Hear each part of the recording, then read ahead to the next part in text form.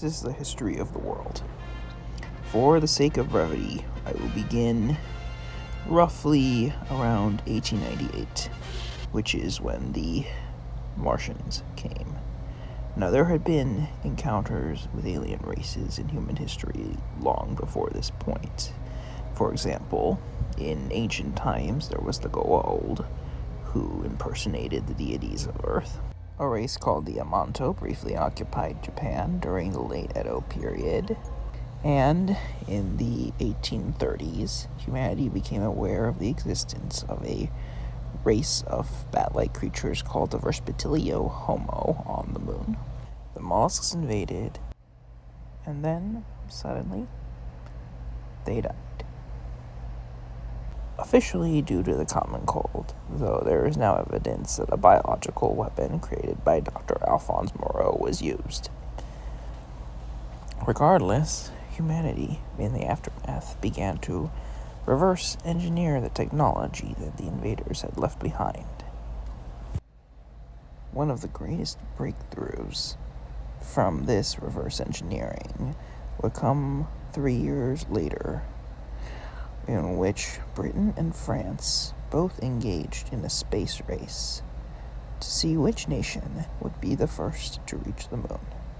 Both expeditions would encounter native creatures called the Selenites. Eventually, exploration of Mars began. However, it was discovered that the creatures which had been responsible for the invasion in 1898 did not originate from Mars at all, but in a theory proposed by Professor Edward Challenger, originated from the asteroid belt, which in prehistoric times had been a planet.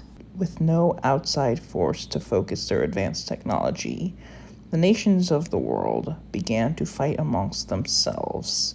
Old conflicts, previously put on hold because of the invasion, resumed. This led to Germany invading the U.S. in an act of protest against the Martin Doctrine, introduced by President Martin in 1825, followed shortly after by Japan in its own conquest.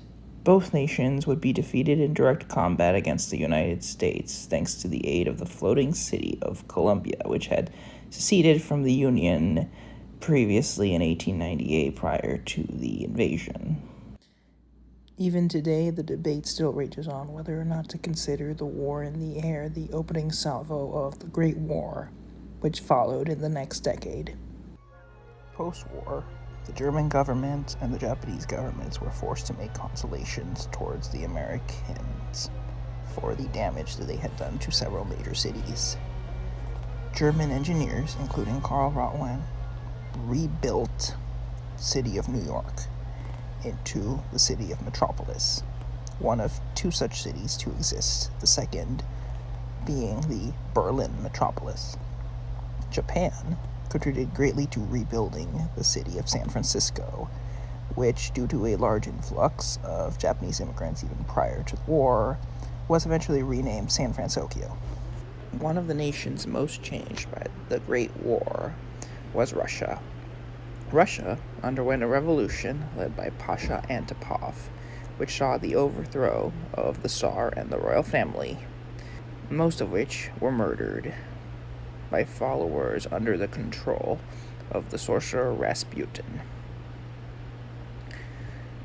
There are two known survivors, the Princess Anastasia and the Prince Alexei. Pasha Antipov eventually died, while the person intended to succeed him was Ostap Bender. Instead, the position carried over to Bestrashny Lidarev, also known as Fearless Leader.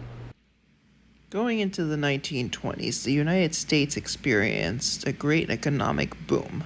This led to the rise of wealthy figures such as Charles Foster Kane, Oliver Warbucks, and Jay Gatsby. One of the benefits from this period was the rise of Vinewood.